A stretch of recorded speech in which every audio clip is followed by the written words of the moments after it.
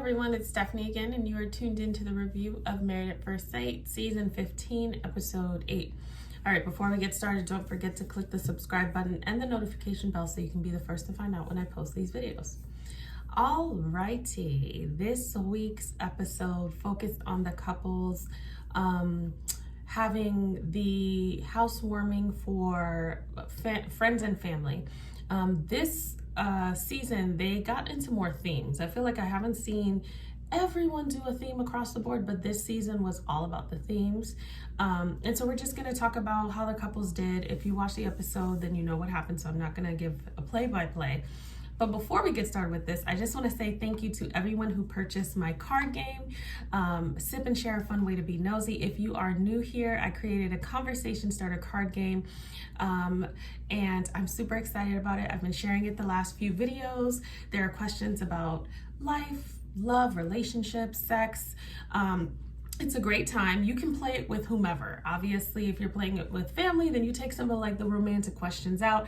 But I've had people play it with family, with friends, with their spouses, on game nights, girls' nights, bachelorette parties. It's a really good time.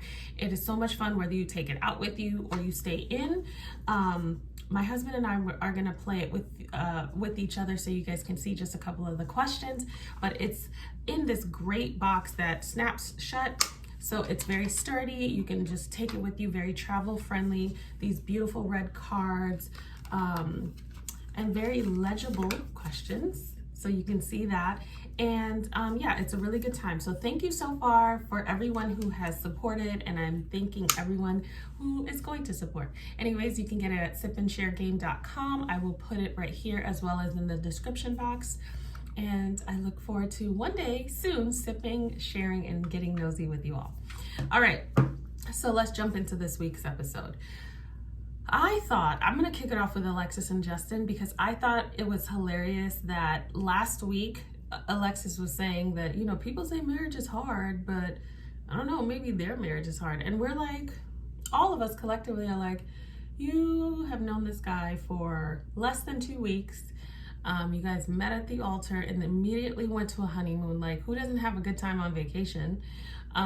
So to say that other people's marriages isn't hard and your marriage isn't hard, or other people's marriages are hard and yours isn't, was like really, I don't know, like really kind of arrogant, really kind of, I feel like ignorant, but I think she's too smart to be this ignorant. Like at some point, you know, things are gonna happen. So we saw that happen. We saw a little bit of that happen last week when, you know, Justin's dog bit her dog and there was a whole thing around that. But it continues to transpire in this episode where they are not communicating well. They are miscommunicating excessively. You know, Justin is struggling with being truly highly communicative as well as like transparent. And Alexis is really wanting him to, you know, not hide and say what you mean and mean what you say. I'm gonna say this week I was more like team Alexis with certain things because Justin, here's the problem with Justin. Justin will say that he's gonna do a certain thing and then he will do the opposite thing and then validate why he did the opposite thing. And all that does is that it shows that you're not a man of your word. And people don't do well with that because now they have to second guess everything that you say, even if it's not that big of a deal or something so, you know, insignificant. I can't say that I know 100% if Justin says this, then this is what it is. So I thought that this week it was a really big deal where apparently Alexis's dog was sick and hadn't eaten for 2 days and was throwing up. I think that that's really significant. And I think that regardless of if you're trying to take care of it or not, you need to tell your spouse that. So he did not tell her that when he had said, hey, I'm gonna over communicate and make sure that I'm giving you all the information so it doesn't feel like I'm hiding or you know, kind of being manipulative. And then he really doubles down on the reason why he chose not to tell her, because he wanted to be helpful and he wanted to take care of it, and he was taking care of it. Two things. One, you're not doing what you said you would do. So that's the problem.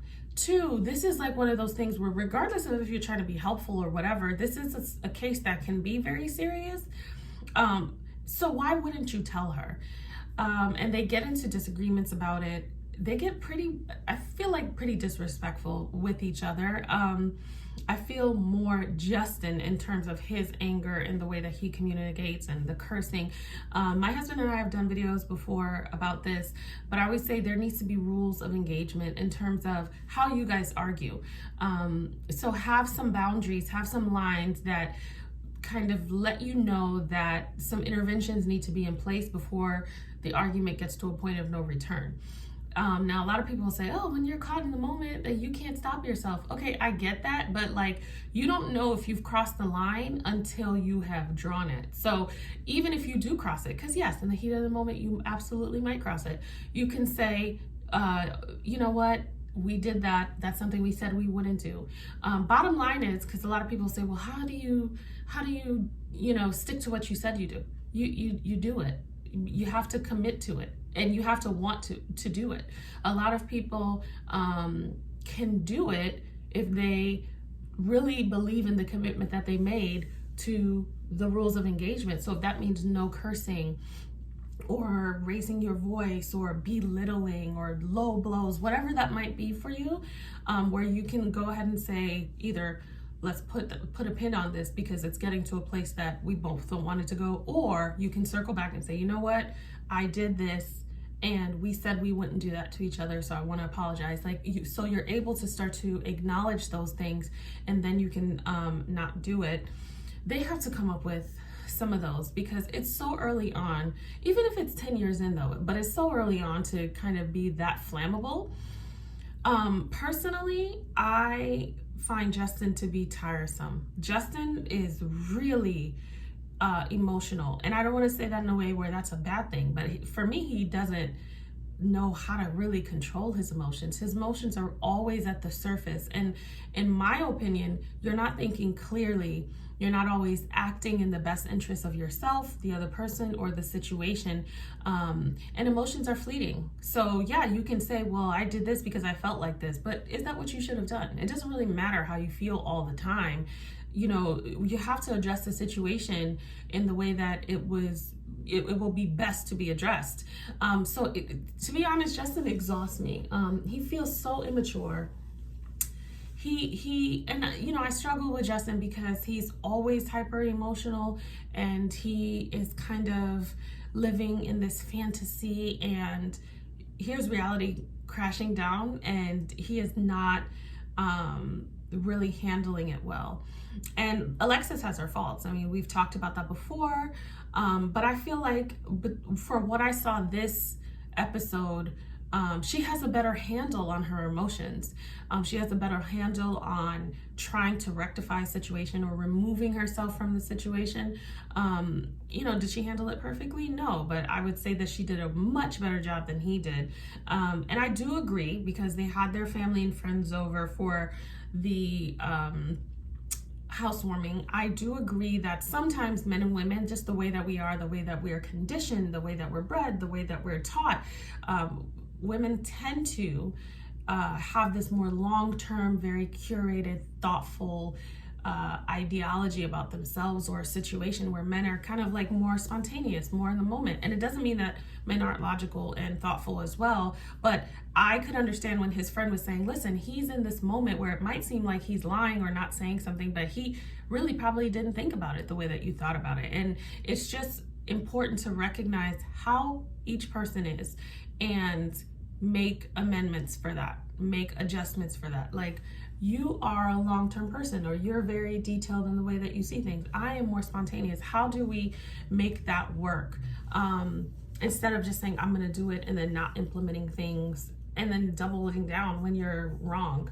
I will say that I don't like that they brought up their issues in front of everyone, especially not having discussed it prior. I don't like that Alexis did that. I think that's a big no-no. It leaves your relationship open for a lot of scrutiny and a lot of unsolicited advice, even if you may have solicited it to the group, but it might not be to Sheila over there or Mike over there. It might have been to somebody else. And it just leaves way too many people in your business. There's a better way to go about that. And a couple of the couples did that this week. And I just didn't like seeing that. I don't think that's a good idea. I don't think that's the most helpful. It would have even been better if when they separated and hung out with each other's friends or family, they kind of said, here's what's going on. Can you help me with this? I would have liked that. But I didn't like that Alexis just brought it up in front of everyone and kind of was like, my bad. I know I didn't ask you about this before. But they need some interventions. They do. Do I think that Justin and Alexis will last? Right now, I'm not feeling too strongly about them. Like, they've been pleasant to watch because they've been in this very fantasy-like space. But the real version of them on daily life is coming out now, and we're getting to see that. Alexis says her heart is in it now, so she's scrutinizing things, and that's something to be careful about, because sometimes we see things that aren't there because we're looking for them. Sometimes they are there, but because they're there, then every time we're seeing them, and that's not necessarily the case. So, I hope that the experts come in and kind of help them navigate that so that they can give their relationship a best shot. So that is Alexis and Justin. Next we have Lindy and Miguel. So Lindy and Miguel, their big thing this week was him wanting her to take his last name, and her really being a little apprehensive about that because, hey, we just got married. It's been almost 2 weeks. This last name that I've had is my identity. It's who I am. And although this feels good, I'm not going to just dump it just now. And him, he comes from a very traditional space, you can see. So for me, it's no surprise that that's like a really big deal to him, and he wants her to do that. I find it interesting though that Miguel was kind of like, I'm not sure, and we can go 8 weeks and I may never know. And last week he got better in that episode of really saying that they're really gelling and he's really kind of into it. And we see that continuation this week, and him kind of forcing her to, for most of the episode, you either take my last name or else type of deal, rather than letting her come to the conclusion the way that he wanted her to. So that bothered me. And he kind of bartered insurance. So she doesn't have health insurance. Everybody seems to be confused about that. I saw that on social media, that people are like, how could she be a doctor and she doesn't have health insurance? I feel like that's an asinine question. She's not going to give herself health insurance. And it depends how you're working. Lindy has said that she works per diem a lot of the time. So she might not work in a space where she has access to an employee type of deal. She may not work as many hours or at a company because she said she's taking time and doing her thing.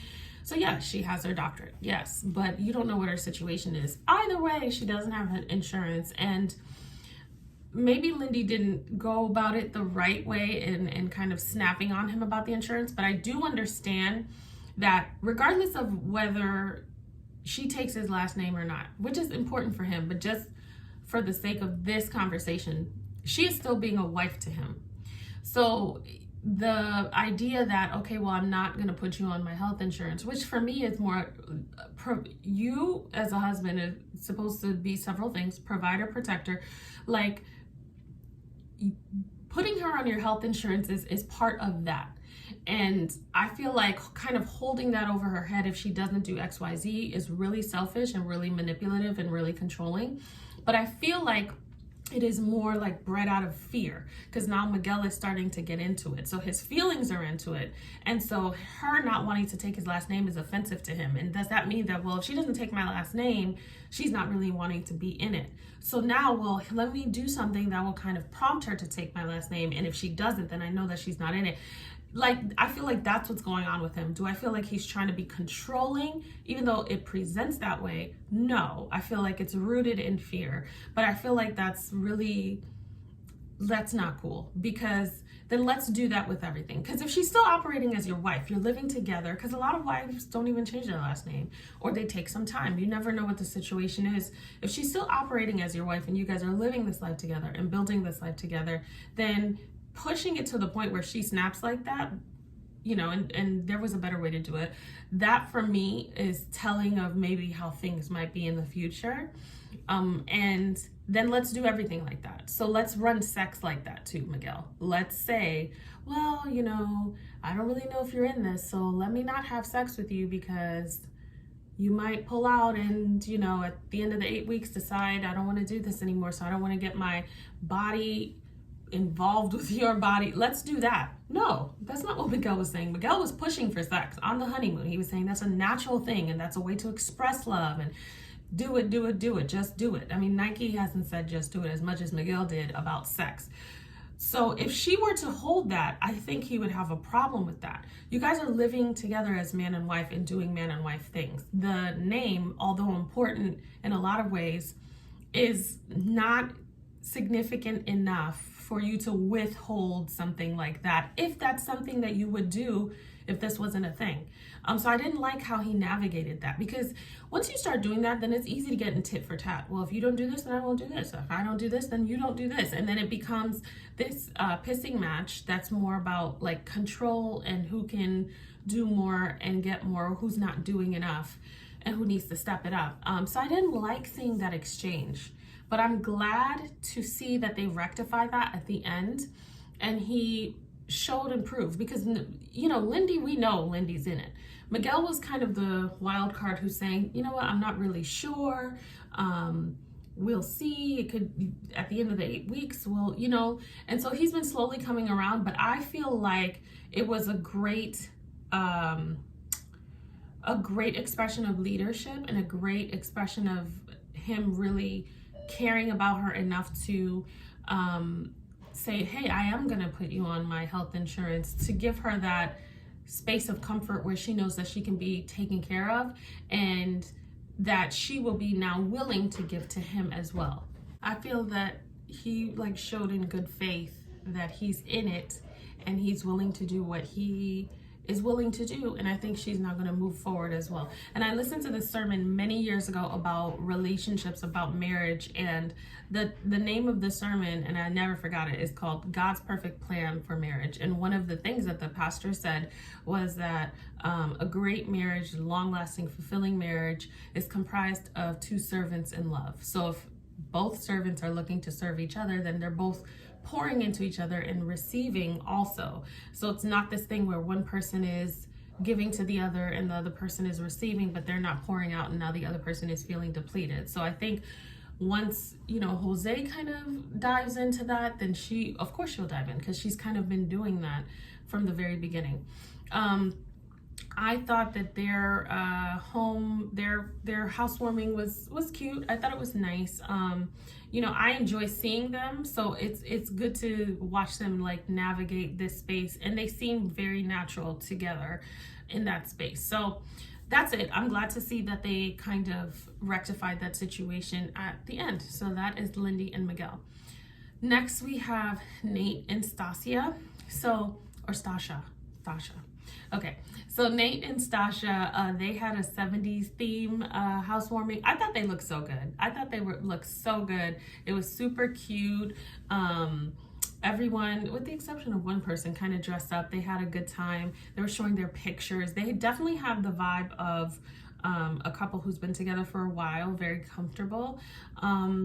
Nate, I still hold out on authenticity about Nate, because you just don't know. I don't know if Nate is here for the right reasons, or if it's because he does have a lot of trauma or abandonment issues that he shows up in a way where you're like, I can't really feel you. And I think that's what Stacia's issue is. It's like, I'm not feeling you because you're not really even feeling yourself. You are so closed off emotionally that you're not present. So how are we supposed to connect beyond a certain level? And I love that she asked him about that, and she asked his friends about that, and I love that he talked to her friends about feeling a little, I wouldn't say frustrated, but kind of I feel like I am being transparent. I feel like I am sharing things, and I don't know quite how to do it, or it's not easy as she has been able to do, because she's engaged in therapy. And I love that Nate is open to therapy. I think it's important. I think people look for therapy when things have gone to hell, and people forget that at the end of the day, it's a conversation. That's how I like to explain it to people. It is a conversation. That means everyone can benefit from that. Now, where you go in your therapeutic space could be so much more, but like, just think of it as a conversation if you're scared of it, so that you can like remove all of these things that you think it is, in order to just engage and be present and be open to the change. And I'm glad that he is, and I'm glad that he's aware that maybe something is there and I don't know how to get to it. That's huge. Acknowledging that he doesn't necessarily know how to access that, and maybe he does need to do some work. I think that is huge. So I applaud him for that, and recognizing, well, she's doing this, and so this is working for her. And maybe that's a great way to help myself, and then in turn help my wife, because if I work on myself, I become a better version of me. Therefore, I can be better in this marriage. I think that's incredibly healthy. I loved seeing that. I'm glad that Stacia talked about it with his family and friends too. And I think she'll get more from him as he begins to engage in therapy and process that. Now, is this process long enough to see like a huge change? No. But I hope that they stick around long enough to see some stuff manifest in the way that they want, because I think if he is who he could be, then I like seeing them together. Definitely think that it's not only is it important just for their relationship, but really for her to understand and have more patience and grace for him, because we've seen his dad is like really cold. Like during the wedding, his dad said something like, oh, I don't show emotion, or I don't cry, something to that effect. And the friend brought it up too. Dad's been in the army, kind of very stoic. And then his mother was not in the picture, and he allegedly has no feelings about that, but I think that he has blocked off any feelings. And if you can be abandoned by your mom or your dad, everybody can go. Therefore, you can believe that anybody can go, so you can protect yourself. So Stacia also needs to know that, and I'm glad his friend said that too. Might stem from issues with his mother. She wasn't there. So as I was watching, I was like, it's obvious. Like, if his mom abandoned him, then who are you to not abandon him? And so he has to protect himself, and that has worked everywhere up until this point. And so marriage being the mirror that it is, it's gonna be something that if he really wants and they have a good relationship, he will learn how to peel back those layers and start to tap into that stuff. And she will give him grace to let him do that, and to maybe not personalize it, that he is disconnected from her, but kind of see where it's coming from and recognize it, and then learn how to move past that. So that is Nate and Stacia, but I think that they had a pretty good week. Morgan and Ben, that's another moment. That's another couple who brought up the issues that they were having at their housewarming, kind of trying to prompt Ben. Ben didn't want to. She missed the cues, or she didn't care, and she kind of made him say it and went in deeper. Morgan says she wants all these things, but I don't know that she really does. If she does, it doesn't show, and truly she's not ready. And I don't necessarily know that Ben might be the most ready, but I feel like your attitude and things can take you further than just what you say. He's trying to put in the effort. Like, he recognized he messed up. He's trying to put in the effort. He's doing what he knows to do, what he can do. Morgan isn't letting up. And she kind of wears this badge of armor of like, when you lose my trust, I'm done. And this was supposed to be the space where even if she wanted to do that, she wasn't going to do that, because this is not the space to do that and be successful. But she's doing that, and she can't let it go, and she's bringing it back up, and she doesn't necessarily exude, come, let's make up, let's move on, let's start over. She'll say it, but she won't really do it. And this armor that, her friends and family were kind of worried about her having, and how that would get in the way of a relationship, is getting in the way of a relationship. So I don't see them doing really well. Like, I feel like Morgan really needs to work on her issues with hurt, with, abandonment, with loss of trust, like whatever it is that's going on that has gotten her to the space where her walls are up. Like, she needs to work on that before thinking that this marriage was gonna help her do that, because a lot of people think that certain situations will prompt them to be different. That is very, very momentary, which means you're not really different. You're just like, you know, like merging into whatever you need to be for a specific amount of time. But then after a while, a short while, you'll resume back to being who you really are, because that's what you've been doing. So that's your autopilot. So although this stuff sounds great, like, oh, you know, getting in this marriage, I won't be able to just shut down. Yes, you will. Like, you're doing it. You've done it. And really, what's to stop you from shutting down? Not this person who you really don't even have a emotional connection to. So it's very easy to shut down, because there isn't anything there to really push you to do better. So she's exhausting to watch, to be honest, because she's not fun. I think I was really irritated when she kept pushing Ben. It's clear that he doesn't want to talk about it. And also, like, I've done what I could do. You know, I've done what I can do. I've said sorry. You know, he mentioned these things that he's doing it's trying to be thoughtful.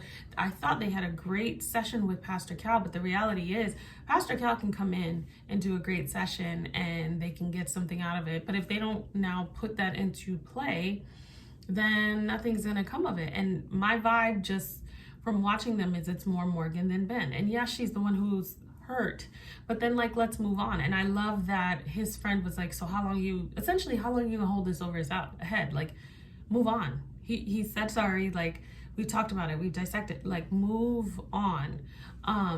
So I don't know, I don't have high hopes for Morgan and Ben, and I feel like if she really did let it go and they could tap into, like, their comical, charismatic way, because I do think that when they're, like, in a good space, which we've seen very few and far between, but I do think that when I was watching them and they're in that good space, they were cute to watch because they're funny. They have this ebb and flow of sarcasm and wit, and they both found each other funny and interesting. So stuff can be built from that, you know?